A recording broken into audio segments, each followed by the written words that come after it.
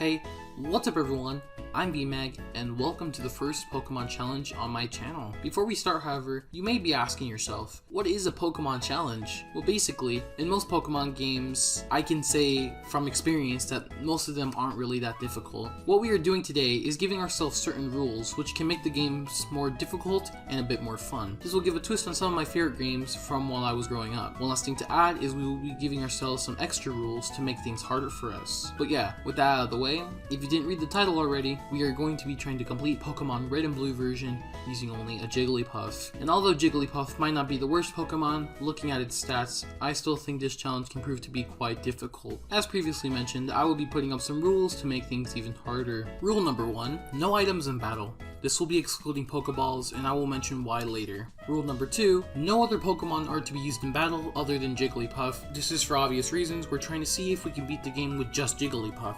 So if we break this rule, there's no point in doing this video. Rule number 3, other Pokemon are allowed, but to be used only as HM slaves. As you know, to progress through the game, we do need to get certain Pokemon that can only learn certain HMs like Cut, Flash, Strength, Surf, etc. Finally, rule number 4, no cheating or using glitches of any kind, as this would make the game a cakewalk and not difficult in the slightest. With all that out of the way, let's begin the challenge. Alrighty, so starting off this challenge, I want to quickly mention that we will be playing the Pokemon Red version for the main sole reason I couldn't find a safe ROM of Blue version. First off, I fixed up my settings, and right after we get Welcome to the World of Pokemon speech from Professor Oak, I gone ahead and named myself JDub after my friend JDub 2003, and I named my rival Sudi after my other friend. After I finally spawn into the world of Pokemon, I head for my PC and grab the potion that's in there. Once I leave the house and I head for the tall grass where Professor Oak stops me. Once back at his laboratory, he gives me a choice of 3 Pokemon, Jigglypuff, Mew, and Mewtwo. Like any ordinary Pokemon trainer, I made the obvious and best choice out of the 3, Jigglypuff. I go on ahead and name it after my favorite Pokemon, Pikachu, and just like that, Sudi, our rival, challenged us to our very first Pokemon battle. Now, something I didn't know until right now was that Jigglypuff at level 5 doesn't know any actual attacking moves. So, I knew this first battle wasn't gonna go well. On the first turn, Sudi's Squirtle went for Tackle, however I immediately go for Sing, and after Jigglypuff used Sing, Squirtle fell asleep. We were able to exhaust our Sing PP and use a tactic known as the Struggle Strategy. Basically, if a Pokemon has no moves left, the game will force the Pokemon to attack using a move called Struggle. It will always attack, but make the user take some damage. But somehow, in some way, we actually managed to defeat the Squirtle and bring ourselves to level 6. Soon after defeating our rival, we headed for Viridian City to go get Oak's Parcel. Once we come back to Oak's lab, we go on and deliver the Parcel to Professor Oak, where he then gives us the Pokédex in return. How nice of him. Once that's been all well said and done, I head over to Route 1 where I talk to this clerk who goes on ahead and gives me a free potion. I then go behind a cuttable tree in Viridian City where I grab a hidden potion. Once I've grabbed that, I head for Viridian Forest where I attempt to once again use the Struggle Strategy to level up our Jigglypuff to level 9, which is when it learns the move Pound, which is an actual attacking move. Once we got to around level 8, I tried battling a bug catcher. He sent out Weedle and I sent out our struggle ready Jigglypuff. It was faster than my Jigglypuff using Poison Sting, but it didn't poison us thankfully. When we hit Struggle, it brought us down to about half health. On the next turn, the Weedle went for String Shot and I once again went for Struggle. This is when I had brought Weedle down to about 5 HP max and I knew one more struggle would do it. The opposing Weedle went for another String Shot and had failed, allowing me to hit one last struggle defeating it. Luckily, we had risen to level 9, allowing us to learn the move Pound. Once the bug catcher sent out Kakuna, we easily defeat it, allowing us to head to the next Pokemon trainer, which was another bug catcher who had another level 9 Weedle, who we easily defeated. After we got through Viridian Forest, we headed for Pewter City. However, I knew that Brock's Rock-type gym would be a bit hard for us to take on at the current state we were at, so I went back to some wild grass and grinded up Jigglypuff. So after a little while, I had brought up Jigglypuff to level 14 and I thought this was good enough for the moment. And Jigglypuff also learned Disable, which had a solid chance of helping us out. When we enter the gym on our first attempt, we start facing off against the junior trainer, who sends out a level 11 Diglett, and we send out Jigglypuff. We tried to make the Diglett fall asleep using Sing. Unfortunately, it doesn't hit until the 3rd attempt. Once Diglett is asleep, I use Disable, preventing it from attacking us even if it wakes up. We then attack with Pound, which brings it to about half health, and one last Pound does the trick. Next up, the junior trainer sends out a SANDSHREW, and we then go for the same method, except I go for Disable first and I failed twice. I decide to then go for Sing, which hits the SANDSHREW first try, putting it to sleep. Once asleep, again I go for Disable, which hits but disables Sand Attack. Yeah, that was a waste of a turn. Anywho, I then go for Pound, but it doesn't seem to do much. But after 5 pounds it is, then we finally defeat the SANDSHREW. After a quick heal up at the Pokemon Center, we head back to Peter Gym, where we finally take on our first Pokemon challenge, Brock. Brock starts out with GEODUDE and we send out Jigglypuff.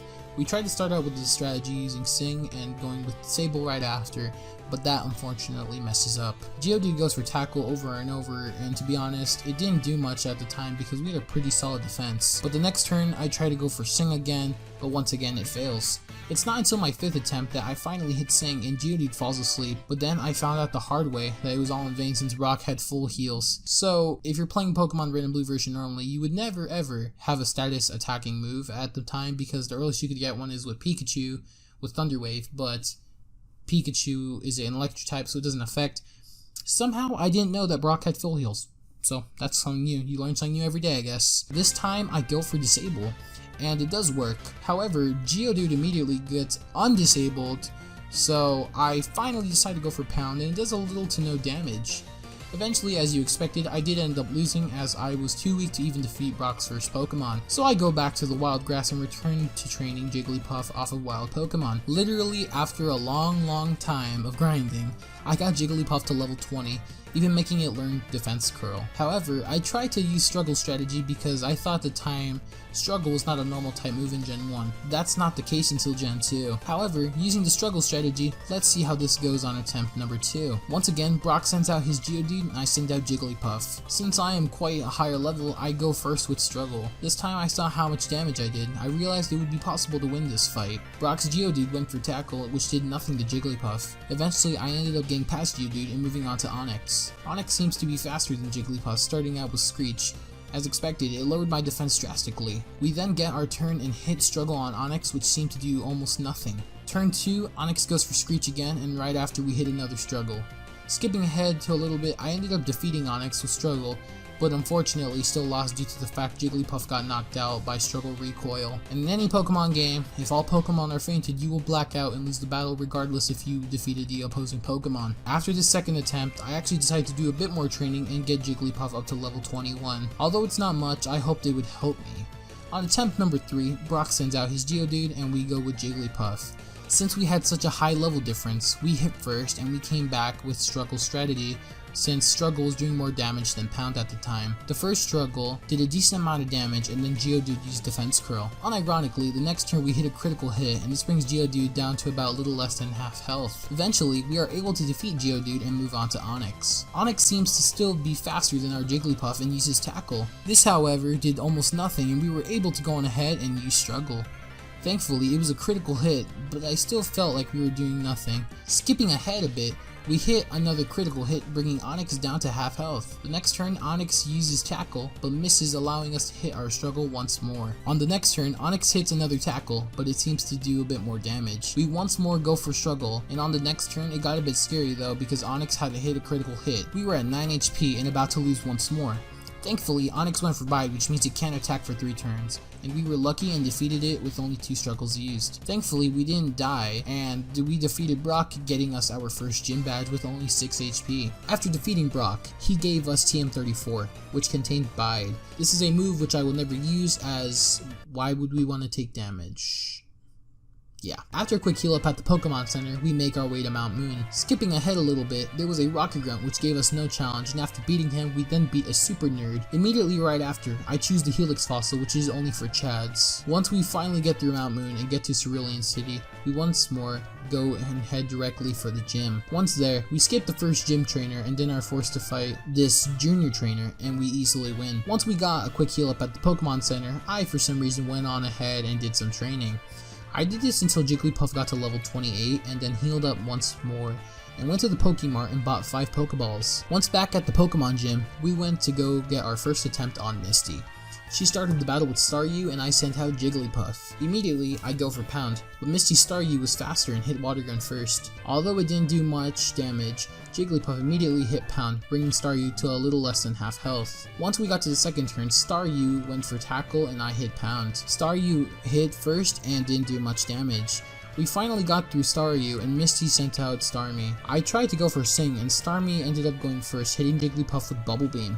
On our second try, we hit our Sing as STARMIE falls asleep. Skipping ahead a bit, STARMIE ended up waking up and finishing us off with Water Gun. Once we blacked out, I realized it'd be better if we did some more training. So I headed back to some wild grass and did some more training. Before we got to challenge Misty again, I went to show off that we got JigglyPuff to level 30. It's time I asked a question. Will we beat Misty on our second attempt with a level 30 JigglyPuff?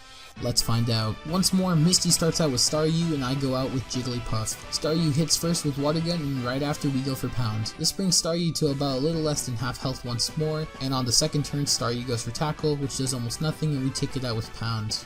Next up was STARMIE, and I'm pretty confident since we were at 100 plus HP. First turn goes to STARMIE, who hits us with Bubble Beam and brings us about down to 70 HP. We then go for Sing, which unfortunately doesn't work. Skipping ahead a bit, on our third attempt we finally hit the Sing. Next turn we go for Disable, which somehow fails, and Misty uses Next Defend on her sleeping STARMIE. On our second try, I actually hit Disable on the second attempt, and this disables Water Gun. Skipping ahead a bit, towards the end STARMIE did wake up and hit us with a Water Gun, bringing us down to 22 HP. We hit one last Pound, bringing STARMIE down and getting us our second gym badge. This was a really close up match, so I'm really surprised we won. Once we healed up, we met with our rival Sudi, and after clapping his cheeks real quick, we headed over to Bill's house. We help him with his whole Pokemon situation, and he gives us a ticket for the SSM. Once we made our way to Vermilion City, we stopped a Team Rocket Grunt, who, once we defeated, gave us the TM for Dig. Unfortunately, JigglyPuff can't learn this move, and I was a little bit disappointed because I was hoping that would help us fight Surge. I decided that I needed to head back a bit past the Nugget Bridge to go look for an Abra. Since I needed an HM slave, I decided that Pokemon would be the mythical Pokemon Mew.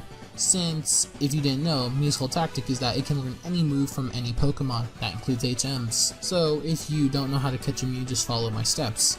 Step 1, catch an Abra. Step 2, open your menu before fighting this trainer who engages into a battle with you, and you need to teleport away. Step 3, make sure you haven't battled this youngster with his Slowpoke, and make sure you're at least one block away from him so that the game doesn't crash or freeze up. Step 4, teleport back to the Pokemon Center after defeating him. Step 5, head to Nugget Bridge, and that's really it. Once Mew is encountered, I managed to catch it. Once caught, we gave it the proper nickname. Finally, we headed for Vermilion City, and once there, we headed straight for the SSN. Once aboard the SSN, we headed straight for the Captain's deck as he has a HM for Cud. But before we could make it into the Captain's deck, we had another rival battle with Sudi. This time, he was a bit more stronger, so we needed to take him out. But that's just a blatant lie. We easily one-hit KO most of his Pokemon, so he was really piss easy as a rival. I don't even want to associate with him anymore. Anywho, once at the Captain's deck, we rub his back, and once he feels better, he gives us the HM for Cud. Once we left the deck, I went on ahead and taught Cud to our HM slave Mew. This will now allow us to have access to our third gym battle with Lieutenant Surge. Once in front of the gym, we cut the tree blocking our way and made our way inside. I don't really know why I did, but it took me a whole 10 minutes to get past Surge's puzzle. Maybe I'm just really dumb. Who knows? Anyways, we have attempt number 1 at getting our third gym badge, so let's do this. Lieutenant Surge starts with Voltorb and we send out Jigglypuff. Surge Voltorb seems to be faster than us, hitting us with Sonic Boom, taking away about 20 HP. Once we get our turn, we go for Body Slam, which is a one-hit KO. His next Pokemon was a real Pikachu, and Jigglypuff went for Body Slam, and since Surge chose to use an X-Speed instead of attacking, the Body Slam was also a one-hit KO. Once Surge got down to his final Pokemon, Raichu, he starts off with hitting Thunder Shock, which honestly doesn't do that much, and we hit a Body Slam, which was a one-hit KO, and with that we got our third gym badge. And I just want to add, all I can say from this is that it could have been a lot harder than it really was, so I'm really happy that we one-hit most of his Pokemon. Some good news is that when we were able to defeat Surge, he gave us the TM for Thunderbolt, which somehow Jigglypuff was able to learn, so I didn't know that. We did drop Seismic Toss for Thunderbolt, which I think was a good choice. Next up, we needed to go through Rock Tunnel, and to go through there, we are going to need the HM Flash. so I ended up going out and catching 10 different Pokemon types for the Pokedex, which is the necessary amount to get the HM Flash from the Professor Oak's aid next to Pewter City. In order to get this aid, I needed to get through Diglett's tunnel, making our way back around to Pewter City. This is an area where he would ask if you have at least collected 10 different Pokemon, he even give you the HM for Flash, which I think in Gen 1 games is necessary to get through Rock Tunnel. I end up teaching this move to Drowsy, which is one of the Pokemon I caught earlier for the 10 different types I needed. We finally made it all the way back to Cerulean City, which is where we can now head to the right and go towards the Rock Tunnel. Inside we use Flash thanks to Drowsy, and we make our way through Rock Tunnel without many struggles. And this leads us right to Lavender Town. Now I know about all the creepypastas and stuff like that, but you know, we don't really care. Since we don't have the Silph, there isn't much to us to do in Lavender Town, so we just get a quick heal up at the Pokemon Center and head to the left going towards Celadon City. Once we arrive in Celadon City, we immediately head for the game corner to check out Giovanni at the secret base. To enter the base, however, we had to quickly beat up his Rocky Grunt, who was a huge pushover protecting a button in front of a poster. We one-hit all of his Pokemon, pushing the button after defeating him, and this now gave us access to the Team Rocket hidden base. Making our way to Giovanni, he seemed impressed, and now I just want to say Giovanni is no pushover. He started the battle sending out with an ONIX, which already had made things hard for us. So we went for Double Edge, which we learned through Level Up. After 3 Double Edges, we bring down ONIX. Giovanni's next Pokemon was a Rhyhorn, which we took down after 3 Double Edges. Now, Giovanni's last Pokemon, Kangaskhan, made my world hell. It actually took down my JigglyPuff and we blacked out. This may not be so bad, you may be saying, and which I thought this too. So when I went back for my second attempt, I took down his first 2 Pokemon like usual, but once more we got to Kangaskhan. It started off with Cosmic Punch, which hit us 5 times in a row, knocking us out, and I was like, bruh. So once more we had to rematch Giovanni. On attempt number 3, again we take out his first 2 Pokemon. But then, that Kangaskhan. When we came out, we tried going for Body Slam, but it hit us with Bite first. When we finally hit Body Slam, it brought Kangaskhan to about half HP, and on the next turn, it hit a critical hit Rage, which thankfully was not powerful enough of a move to kill us, and we finished it off with Body Slam. But in the end, I do want to mention how annoying this battle was, like, Anyway, once we get the Silph, we just head over to Erica's gym after a heal up, and this would become gym battle number 4. Erica starts off the battle with VICTREEBEL, and we send out JigglyPuff. Erica first tried to put us to sleep, but it didn't work. JigglyPuff hit a Body Slam, bringing VICTREEBEL to red health. She then used the move Wrap, which I can say in Gen 1 was a bit annoying, because you see, it's an attack in Gen 1 which won't let the opposing opponent attack no matter what. So once we can finally move again, Erica hits us with Razor Leaf, which hits a crit because why not? This brings us to about half health, and we finish her VICTREEBEL off with another Body Slam. Next up was Tangela, which I want to start off with saying, I think Tangela has one of the weirdest Gen 1 sprites. Anyways, we start hitting Tangela with 1 Body Slam and bringing Tangela to red health. It then used Constrict, which did almost nothing, and we then wrapped it up with another Body Slam. Erica then sent out her final Pokemon, which is a VILEPLUME. We started off our attack with first hitting Body Slam, which brought it to a little less than half HP, and we ended up paralyzing it. VILEPLUME then goes for Mega Drain, which doesn't do too much, and on the next turn we finished it off using Body Slam. Erica was thankfully not too hard to get by, and this battle won us our 4th gym badge. Once we defeat Erica, we head for the Pokemon Center for a heal up and make our way back to Lavender Town, since we now have the Silph. Once we finally made our way back to Lavender Town, we headed right for the Pokemon Tower. Once there, we save Mr. Fuji, get the Pokeflute, and make our way to Fuchsia City. However, we first made a quick stop at the Celadon department store so I can grab the TM for Ice Beam from this little girl after buying her fresh water, which surprisingly is a move which JigglyPuff can learn. Now this is going to help us for the Elite Four, if you know what I mean. Wink wink, nudge nudge. In return for having Ice Beam in our moveset, I do end up dropping the move Thunder Wave. On our way to the Cycling Road, I actually managed to remember to grab the HM for Fly and taught it to Mew. So now Mew has 2 HMs on him, which is Cut and Fly. Once we got through Cycling Road and got to Fuchsia City, we headed directly for the Safari Zone where we can grab the last 2 HMs required to beat the game with. I got HM03 Surf for some guy who was worried nobody would win his prize, and I got HM04 from the Warden after giving him the gold teeth from the Safari Zone. Once we arrived at Fuchsia City Gym, we challenged Toga. His first Pokemon was a Coughing, and at the time, our JigglyPuff was now around level 50. Now, you'd think with a level 50 Pokemon, this gym would be a breeze, right? Yeah. No. We started out the fight with Thunderbolt bringing Coughing to about half health, and we paralyzed it. After one Thunderbolt and a Body Slam, we finally took down Coughing. Koga's second Pokemon screwed us over, however, since, well, we started Muck with an Ice Beam, but right after we got hit with a critical Sludge, and this brought us down to a little less than half HP. Thankfully, on the next turn, Koga goes for an X attack, and we almost finish it off with another Ice Beam, which hits a crit, and we then finish it off with a Thunderbolt. We then go to Koga's second Coughing, which was taken down with 2 Thunderbolts. On his last Pokemon, Weezing, it went for self-destruct, which made us black out. We made it back once more to Koga, and on attempt number 2, we tried to play a bit more smart and started out with Body Slam already, almost defeating his first Coughing. We then wrap it up and finish it off with 1 Body Slam. Koga's next Pokemon was Muck. It started out with Minimize, which we then go for Body Slam, which makes us bring it down to about half HP. We go for another Body Slam, but somehow bring it only to about 2 HP and paralyze it. On our last turn, thankfully, Koga used an X attack and we finished it off with Thunderbolt. When we got to Koga's second Coughing, we went for Thunderbolt. This brought it to about half HP, and Coughing went for Smokescreen. We then went for 2 more Thunderbolts, which finished it off. However, unfortunately, once more we got to Weezing, who defeated us with 1 Sludge attack and the effects of poison. Now, moving on to attempt number 3, and trust me, this is the worst one. It started off good when we finished off his first Coughing with 2 Thunderbolts without taking any damage. Muck as well was easy to take down. However, it was when we got to Coughing number 2 when we only got to hit 1 Body Slam.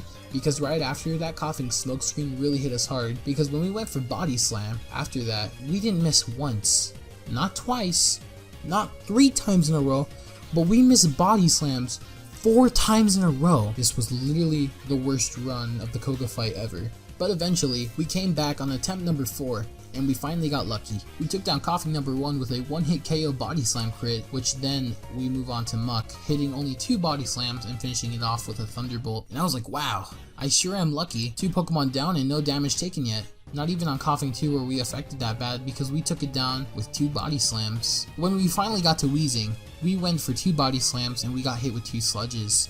Thankfully, on the last turn, we finished off Weezing because Koga went for an X attack. This allowed us to defeat Koga with 54 HP. Once we defeated Koga, we headed directly for Saffron City. Once there, we weren't able to actually access the Pokemon Gym due to the fact we need to finish off all of the drama at Silphco.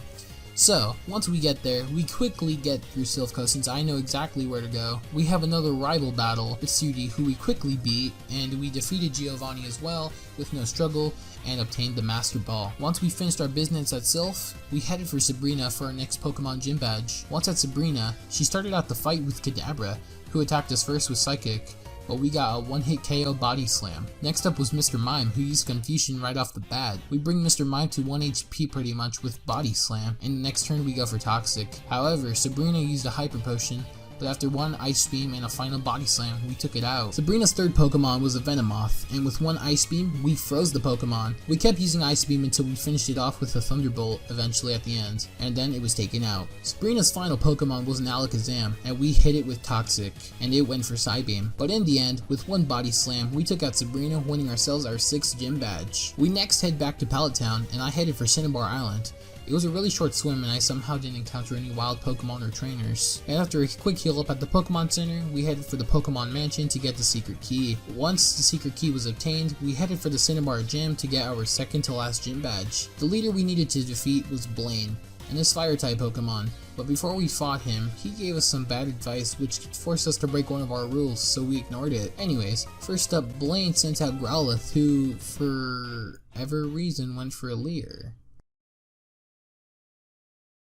And we took it down with 1 Body Slam. Next up was Ponyta, and after a few turns of Fire Spin, which in this generation doesn't let us attack similar to the move Wrap, we finally got to hit 3 Body Slams in a row, taking it out. Next up was Rapidash, who went for Tail Whip and with 1 Body Slam was brought down to half health. Unfortunately, we had to deal with a few more Fire Spins, and to make a long story short, Rapidash killed us. So, moving on to attempt number 2, we once more got to Rapidash, and this time went for Toxic, so that way we could still do damage in some way in case Fire Spin was to attack us again. This time our plan worked out for us, and Toxic made it easy for us to finish off Rapidash with a Body Slam and make it faint. Last up was an Arcanine who hit us with a Fire Blast, and right after we got to go for Toxic. Skipping to around our last turn, we got super lucky and the Arcanine went for Warp, which did nothing since all of our other Pokemon were knocked out, and we finished up with another Body Slam, thus winning us our 7th gym badge. Finally, we headed back to Viridian City to finish off Giovanni and win our last gym badge. All of his Pokemon are ground type, and since we have the move Ice Beam,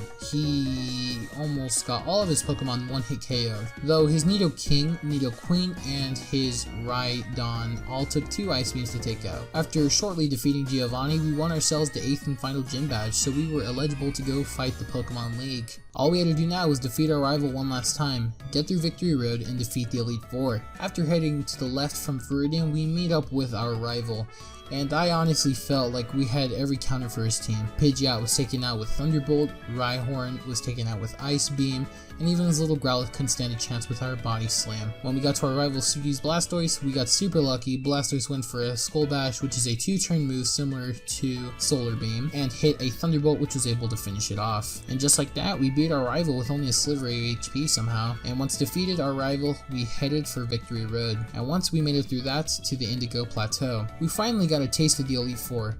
And do you wanna know what happened? We got whooped hard by Lorelei. Yes, the first member of the Elite Four. So, this only showed me I had to get JigglyPuff to level 100 if I wanted to win.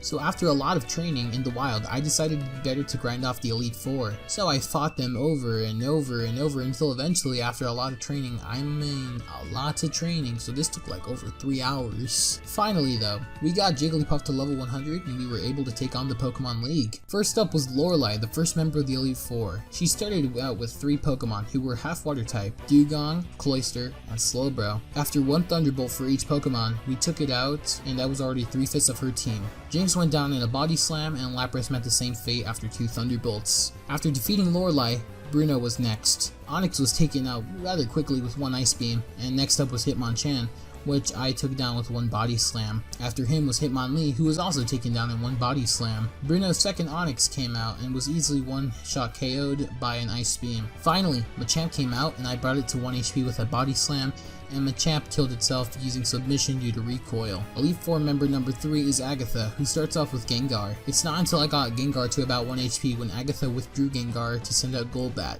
I hit an Ice Beam, making it another one-hit KO. The weakened Gengar comes out once more and I finish it off with Thunderbolt. After Haunter came out with 1 Thunderbolt and Ice Beam, we take it out. Arbok is next to come out and gets easily taken out with a one-hit KO from Body Slam. Agatha's final Gengar comes out and we almost get defeated, but luckily Gengar went for Dream Eater while we were awake, and thus this allowed us to defeat Gengar with a sliver of HP. Next up was the final member of the Elite Four, Lance. He started out with Gyarados and we sent out Pikachu. We ended up taking Gyarados out with 1 Thunderbolt, and next came out Dragonair, who was also one hit with an Ice Beam. Another Dragonair came out just to be defeated by an Ice Beam. Aerodactyl came out and was one shot by an Ice Beam. We then wrapped up the battle by one-shotting his level 62 Dragonite with an Ice Beam. I for some reason was dumb however, and didn't heal once we defeated Lance, and we went to take on our rival who had become the champion. I didn't worry too much though, because our Jigglypuff was already 200 plus HP. But before we start this battle, I just want to say the RNG gods were on my side, and you will see why in this battle. Pidgeot is the first Pokemon to come out from Sudi's team of 6. With 1 Thunderbolt, Pidgeot is taken out. Alakazam is next and hits us with Psybeam, and we hit it with Thunderbolt, which didn't do as much as we wanted. Somehow, Alakazam hit us with Psychic, which brings us down to 66 HP. Thankfully, we took it out with Body Slam. Next up was Rhydon, who was one shot with an Ice Beam. Arcanine came out, and I thought it was game over with a takedown hitting us, but no. We somehow managed to stay alive with 14 HP. And remember how I said the RNG gods were on our side? Well, this is where it really shows. We also not only hit our Body Slam, but also paralyzed it, allowing us to attack first, thus taking it out with 1 more Body Slam. Exeggutor is the next Pokemon to come out, and I thought it would defeat us, but no. We somehow hit Ice Beam first and freeze it. If that isn't luck, I don't know what is. We hit a Body Slam and take out the Exeggutor. Now, you would think a level 65 Blastoise, who then came out, could take us out at 14 HP, but no. I somehow go first, even though Jigglypuff has a horrible speed stat, and we hit a critical Body Slam, defeating Blastoise in 1 hit. I was in shock. Just hear my reaction while I stream this. Oh my god! You're actually kidding me? I won with 14 HP. Bruh! Oh my god! Oh my god! 14 HP! Holy shit! I did it!